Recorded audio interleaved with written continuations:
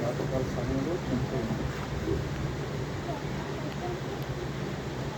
ఈరోజు ఆదరించారా జరిగిన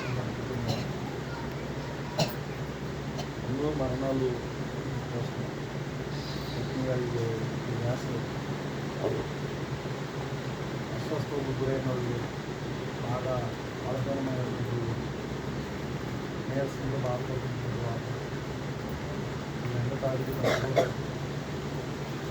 ఏంటో తెలియదు కానీ మరణాలు చాలా ఎక్కువగా ఉన్నాయి. వృద్ధుల విషయంలో మనం ఆలోచించాలి. చాలా ఇబ్బందికరంగా ఉంది.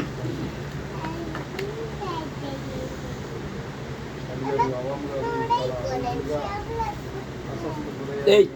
దానికి అయినటువంటి కాంప్లైంట్స్ బాధపడుతున్నారు.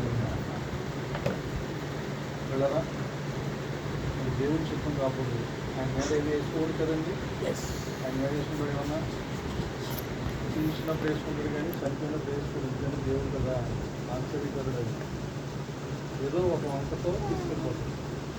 ఏదేమైనా తీసుకెళ్తాడని తీసుకెళ్తాడు.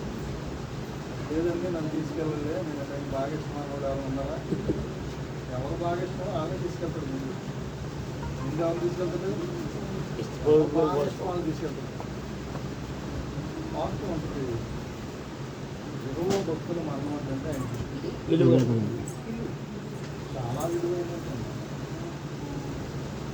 మోషే బలా నమ్మకమైన మంచి దాసుడుగా పేర్కొండేది. ఎలా పొందడమైన పేరు? బలా నమ్మకమైన మంచి దాసుడు, నాయకుడు. నమ్మకమైన మోషే నా ఇల్లంతటిలో నమ్మకమైనటువంటి వాడు. ఎవరింట్లో? దేవుడి ఇల్లు అంటే మోషే. మనం ఎవరిల్లు? ఆదాము అమలు ఎవరు చేస్తూ తయారయ్యారు? ఎవరిల్లు? మానవ నిర్మాణాన్ని చేపట్టింది దేవుడు. మానవులను తయారు చేసింది దేవుడు. మానవులను పుట్టించేది దేవుడు కదండి.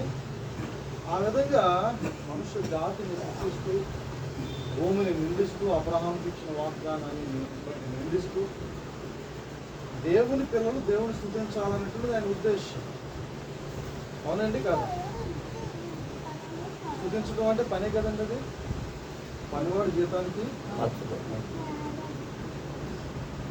మీలో ప్రతివానికి జీతం నా దగ్గర ఉంది. ఏమంటాడైనా? నేను ఈ క్రియలు చొప్పున మీకు జీతం అవటానికి నా దగ్గర జీతము ఉంది. చెప్తున్నాడు కదా. నేను వరుసగా అన్ని విషయాలు అర్థం కావట్లేదు ఏమో మనకి. అన్నీ తెలిసేది ముందే చెప్పేసాడు. అన్నీ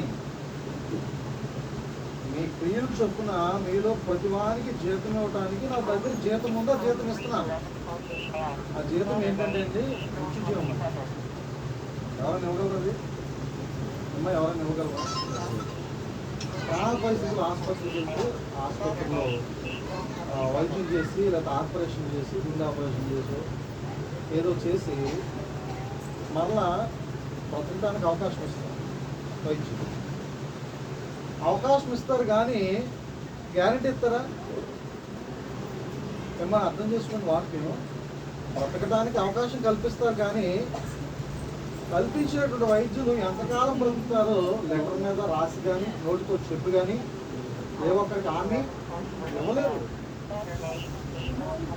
నిజంగా అలా జీవిస్తూ జీవిస్తూ జీవిస్తూ 4 రోజుల్లో చనిపోయిన వాళ్ళు ఉన్నారు, 4 నెలల్లో చనిపోయిన వాళ్ళు ఉన్నారు, ఒక 5-6 సంవత్సరాల తర్వాత చనిపోయిన వాళ్ళు ఉన్నారు, 15 సంవత్సరాల తర్వాత చనిపోయినటువంటి హిజ్కియా కూడా మనకు కనిపిస్తుంది. ఏమన్నాడు హిజ్కియాని? హిజ్కియా చనిపోతాడు, యెషయా వెళ్ళి చెప్పన్నాడు. ఆయన చెప్పడానికి వచ్చాడు, ప్రవక్త చెప్పాడు, వెళ్ళిపోయాడు. వెళ్ళిపోతా ఉన్నాడు. ఆయన వెంటనే వెనక్కి తిరిగి వెళ్ళి 15 సంవత్సరాల ఆయుష్కాలం పెంచాడని చెప్పుకుంటుంది యెషయా. ఎవరి వల్ల అవుతుంది ఇది? గుండె ఆపరేషన్ చేసి డాక్టర్ 15 సంవత్సరాలు ఆయుష్ పెంచానయ్యా, నీకేం పర్వాలేదు, నువ్వు ఇంకేం మందులు వేసుకోగల చెప్తాడండి. నేను నవ్వకూడదు కానీ మాట వరుస చెప్తాను. వీళ్ళరా ఏ గ్యారంటీ అని ఇవ్వగలరండి వైద్యుడు? దేవుడు ఇచ్చాడండి యెషయా ద్వారా హిజ్కియాకి గ్యారంటీ ఇచ్చి పంపించాడు. ఈ విధంగా 15 సంవత్సరాల ఆయుష్కాలం పెంచానని చెప్పాను. తిరిగి వచ్చి 15 సంవత్సరాలకి ఆయుష్కాలం పెంచాను. ఆయన వచ్చి చెప్పి మరలా వెళ్ళి మరలా వచ్చి చెప్పే లోపు ఒక సత్యుషం జరిగింది అక్కడ. ఏం జరిగింది? ప్రభువా, నేను తెలిసి తెలియక ఏమైనా పాపం చేశానా? నాకు తెలిసి నేను ఏం పాపం చేయలేదయ్యా, ఎందుకు నాకు ఈ అకాల మరణం అని యెరూషలేము దేవాలయం వైపు గోడ వైపు చేతులు ఎత్తి ప్రార్థన చేశాడండి హిజ్కియా. చేసాడమ్మా, చేయలేదా? ప్రభునందు ప్రియమైన వాళ్ళారా, విశ్వాసంతో వేడేడి వారికి విశ్వమంతా సాధ్యమే. విశ్వాసంతో వేడేడి వారికి విశ్వమంతా కూడా సాధ్యం. ప్రభునందు ప్రియమైన వారు, ఆ విధంగా హిజ్కియా మరణాన్ని 15 సంవత్సరాల ఆయుష్కాలాన్ని పెంచాడు దేవుడు. ఆలోచించేద్దాం. ఏ ఒక్కరైనా ఏ అపాయకరమైన పరిస్థితుల్లోనైనా, ఏ దుర్భరకరమైన పరిస్థితుల్లోనైనా రోజాడి దేవుని ద్వారా స్వస్థతను పొంది జీవిత కాలాన్ని హెచ్చించుకున్న వాళ్ళు భక్తులు అనేకులు ఉన్నారు, లేకపోలేదు. అయితే తెలిసి తెలియక మనము దేవుని సన్నిధిలో గోజాడలేకపోతే, దేవుని సన్నిధిలో మొర పెట్టుకోలేకపోతే, విశ్వాసంలో బలాన్ని పొందుకోలేకపోతే ఏ విషయాన్ని కూడా మనము జరిగించుకోలేము. దేవుని ద్వారా కార్యాలు జరగవు. ప్రభునందు ప్రియమైన ఏదేమైనప్పటికీ కూడా ఆయుష్కాలం కొంచెం పెంచినా, లేకపోతే 15 సంవత్సరాలు పెంచినా తర్వాత దేవుని దగ్గరికి వెళ్ళాడు కదండి ఆయన. హిజ్కియా 15 సంవత్సరాలే పెంచాడు, అంతేగాని భూములంతకాలం పెంచాడా? ఎప్పటికైనా దేవుని దగ్గరికి వెళ్ళవలసిందే. ఏ భక్తుడైనా, భక్తిహీనురాలైనా, భక్తిహీనులైనా, భక్తి పరులైనా వారి క్రియలు చొప్పున దేవుడు జీతం ఇవ్వడానికి సిద్ధంగా ఉన్నాడండి. అంటే చనిపోతారు ప్రతి ఒక్కరు. చనిపోయిన తర్వాత తీర్పు ఉంటుంది. మంచి క్రియలు అయితే జీవ పునరుత్థానంలోనికి, చెడ్డ క్రియలు అయితే మరణ పునరుత్థానంలోనికి వెళ్తారని వాటిని సెలవిస్తూ ఉంది ప్రకటన గ్రంథంలో మనం ఆలోచన చేస్తే. అయితే గమనించవలసింది ఏంటంటే ఈ విషయంలో ప్రభునందు ప్రియమైనటువంటి వాళ్ళారా, మోషే ప్రవక్త యొక్క మరణాన్ని యెహోవా దూతలు వచ్చి చూసి ఆయన్ని స్వహాగా ఆయన యొక్క శరీరంతో సహా పరలోకానికి తీసుకెళ్ళిపోయారు. ఏం చేశారమ్మా దూతలు? పరలోకానికి ఎత్తుకుని తీసుకెళ్ళిపోయారు. మన పితరులు ఆనుకు చనిపోయాడు. ఆయన చనిపోలేదు, మరణం చూశాడు. ఆయన ఆనుకు లేదండి. ఎలా సాధ్యం ఇది? దేవుని యొక్క విశ్వాసం. ప్రభునందు ప్రియమైన వాళ్ళారా, వాక్యం చెప్తా ఉంది, తెలుసుకుంటున్నాం, వింటున్నాం, విడిచిపెట్టేస్తున్నాం. ఒకసారి వినేసి విడిచిపెట్టేస్తున్నాం. ఈ సందర్భంలో అవ్వమ్మ గారి యొక్క మరణమును బట్టి, ఆదరణ కూడికను బట్టి చాలా మంచి విషయం తెలుసుకోవాలి. ఏదో ఒక రోజు నేను చనిపోతాను అన్నమాట, పక్క. ఏమంటే ఏమన్నా డౌట్ ఏమైనా ఉందా? ఏదో ఒక రోజు నేను చనిపోతాను, ఇలాగే నాకు కోట పెడతాను, ఇలాగే నన్ను మోసుకెళ్తాను, ఇలాగే నన్ను పాతి పెడతాను. నిజమంటే కాదు ఇదంతా. మరి అలాంటప్పుడు భయం లేదండి సమాజానికి. భయం లేదు, భక్తి లేదు, నామకార్థంగా జీవిస్తున్నాం. ఇందాక యోగు గారు చెప్తామంటే నిజంగా నాకు ఇందాక ఆయన అన్నట్టుగానే కొంచెం పెరపర్లు ఆడింది. ఎందుకంటే పాస్టర్ గారిని కదా, నా సంఘానికి హెచ్చరికలు కొంచెం ఇవ్వచ్చు, కానీ కొంత లిమిట్గా ఇవ్వాలి. ఎందుకంటే ఒకేసారి నా పిల్లల్ని ఎవరైనా తిరిగి ఊరుకుంటానా? పిల్లలతో సమానమే కదా మీరు. జాగ్రత్త, లిమిట్గా. అమ్మ ఇలా ఉండకూడదు, ఇలా ఉండాలి, ఇలా ఉండకూడదు, ఇలా ఉండాలంటేనే ఒప్పుకుంటాం తప్ప మీ పిల్లల్ని ఎవరైనా తిరిగి మీరు ఊరుకుంటారా? అలాగే నాకు బాధ అవుతుంది. అయితే నొప్పించకుండా చెప్పే విధానంలో మరి తండ్రిగా నేను ఉంటాను. మరి ప్రతి ఒక్కరు అలా ఉండరు కాదండి, అంటారా? ఇలా ఎందుకున్నారు, అలా ఎందుకున్నారు అని గర్తిస్తారు, హెచ్చరిస్తారు. ఎందుకంటే దేవుని చేత తప్పబడ్డారు వాళ్ళు. అది చెప్పాలనుకుని చెప్పేస్తారు, వెళ్ళిపోతారు కదండి. తప్పేం కాదు, వాళ్ళు ఎన్నుకున్న మార్గం తప్పు కాదు. కానీ ఒక పాస్టర్గా నేను ఆలోచించేది ఏంటంటే, ప్రతి ఒక్కరూ కూడా మన మనసులను మనం పరిశీలన చేసుకోవాలి. ఆత్మ పరిశీలన అంటారు దాన్ని. ఏమంటారమ్మా? ఆత్మ పరిశీలన.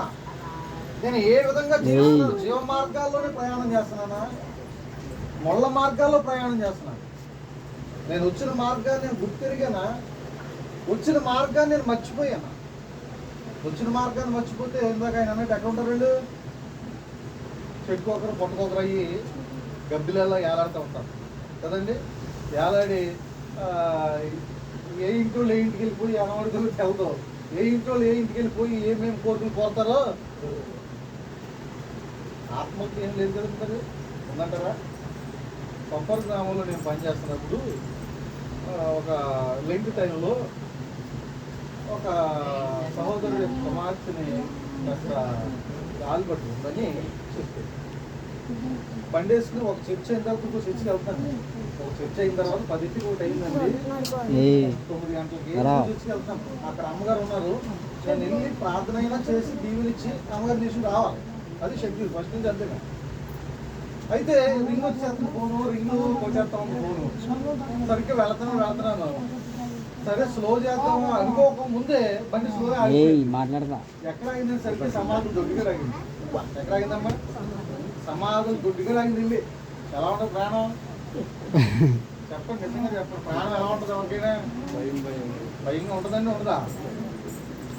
కాస్త లోపల కాస్త భయం ఉన్నప్పటికీ నేను పాస్టర్ గారిని కదా, నేను భయపడితే ఎలాగా అని నిగ్రహ శక్తితో ఫోన్ తీసి హలో అనేటప్పటికి ఆ ఫోన్లో మాట్లాడుతున్నారు. అయ్యగారు ఇలాగా మా పాప వచ్చింది, మా పాపకి కాస్త గాలి పట్టుకుందండి, మీరు కాస్త త్వరగా రండి బాబు అంటుంది. నేను ఆగింది ఎక్కడ?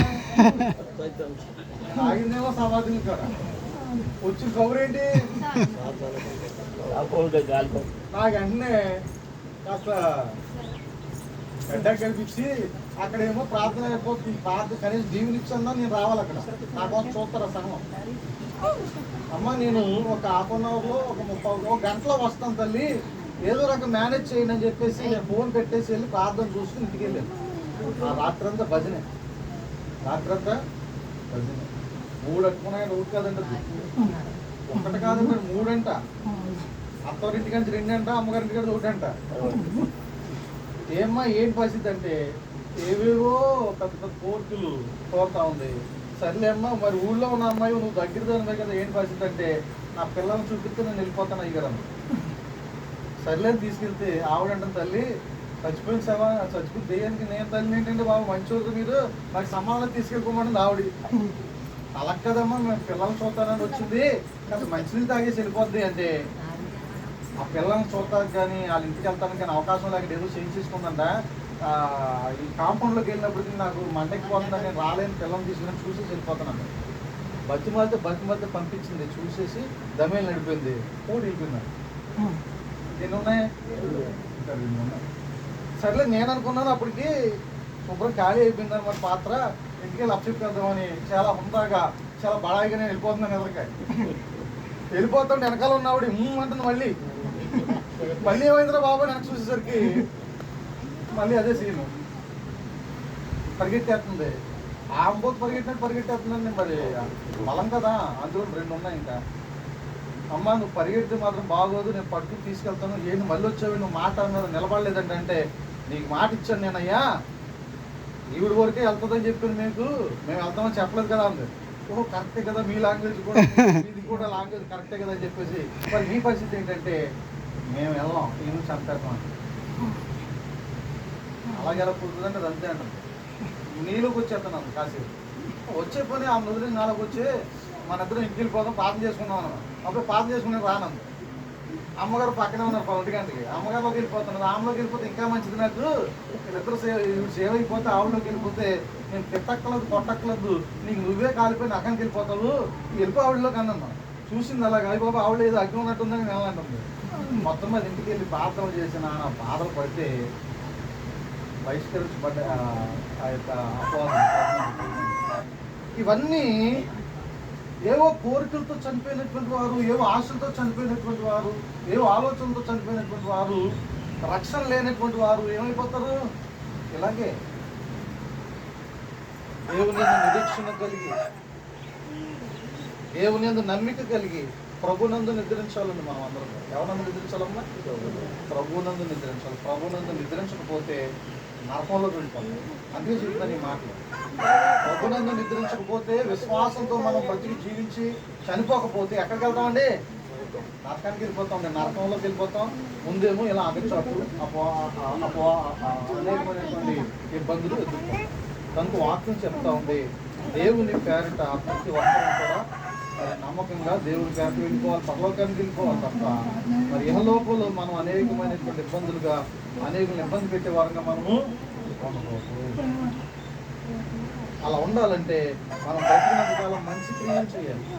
అలా ఉండాలంటే ఏం చేయాలమ్మా? భక్తి పరులకే కానీ పరలోక రాజ్యం అందరికీనా? కేవలం భక్తి పరులకు మాత్రమే పరలోక రాజ్యం అందరికీ ఉండదండి. బైబిల్ చదువుకునే వారికి, ప్రార్థన చేసుకునే వారికి, ఒకరు చదువు లేకపోయినా ప్రభువా అనేటువంటి వారికి, దేవుని అడిగేవారికి అండి, ధ్యానించేవారికి, దివారాత్రులు దేవుని వాక్యాన్ని ధ్యానించేవాడు ధన్యుడు అన్నాడు. దివారాత్రులు దేవుని వాక్యాన్ని చదివేసేవాడు ధన్యుడు అని రాయలా. ధ్యానించడం అని నేను చెప్పిన మాటగా ఉండదు కదండి. పాస్టర్ గారి మాటలు చెప్పారు, శ్రీయర్ గారి మాటలు చెప్పారు, యోగు గారి మాటలు చెప్పారు అని ఆ మాటలను మనం జ్ఞాపకం తెచ్చుకోవడం అనమాట ధ్యానించడం అంటే. ధ్యానం కూర్చుని ధ్యానం చేయడం, దేవుని ధ్యానం చేయడం. అలా ధ్యానం చేస్తూ ప్రతి ఒక్కరూ కూడా పరిశుద్ధంగా బ్రతుకుతూ మరి లోకంలో జీవించినంతకాలం కూడా మరి ఇతరులు పడుతూ మనం ఉపయోగపడుతూ వాక్యం ఏమంటాడండి పౌలు? నేను బ్రతుకుట క్రీస్తే, చావు అయితే లాభం అంటే. చావు ఎందుకు లాభం అన్నాడండి ఆయన? దేవుని దగ్గరికి వెళ్ళే అవకాశాన్ని ఇస్తుంది. చావు ఏం చేస్తున్నామా? దేవుని దగ్గరికి, దేవుని పరలోక రాజ్యానికి వెళ్ళే అవకాశాన్ని ఇస్తూ ఉంది. వేదలాజర్కి ఇచ్చినట్లుగా అవకాశాన్ని ఇస్తూ ఉంది. పరలోక రాజ్యానికి వెళ్ళే అవకాశాన్ని ఇస్తూ ఉంది చావు. బ్రతుకుడైతే క్రీస్తు అంటే దేవుని కొరకు బ్రతకాలి. దేనికోసం బ్రతకాలమ్మా? దేవుని కోసం బతికితే అన్ని దేవుడు ఇస్తాడు. అన్ని విషయాల్లో తోడుగా ఉంటాడు దేవుడు. ఏ విషయంలో మనకు మొండి చేయి చూపించడు, పుట్టి చేయి దేంట్లో కూడా మనకు చూపించడు. ఏ విషయంలో అయినా మనకు సమృద్ధినిస్తాడు, చక్కగా జీవించడానికి అర్హతనిస్తాడు, హాయిగా బ్రతకడానికి చక్కని సమృద్ధిని, సంరక్షణ ఇస్తాడు. ఇలా అన్ని విషయాల్లో కూడా న్యాయం చేస్తాడు మనకి. ఆ బ్రతికినటువంటి బ్రతుకంతా కూడా దేవునికి మనము సమర్పించుకుని దేవుని యొక్క సన్నిధిలో చేరే విధంగా చేరాలని ఆశతో బ్రతకాలి. అంతేగాని లోకాశలతో మాత్రం బ్రతుకుతాం. అటువంటి కృప పరిశుద్ధాత్మ దేవుడికి అనుగ్రహించును గాక.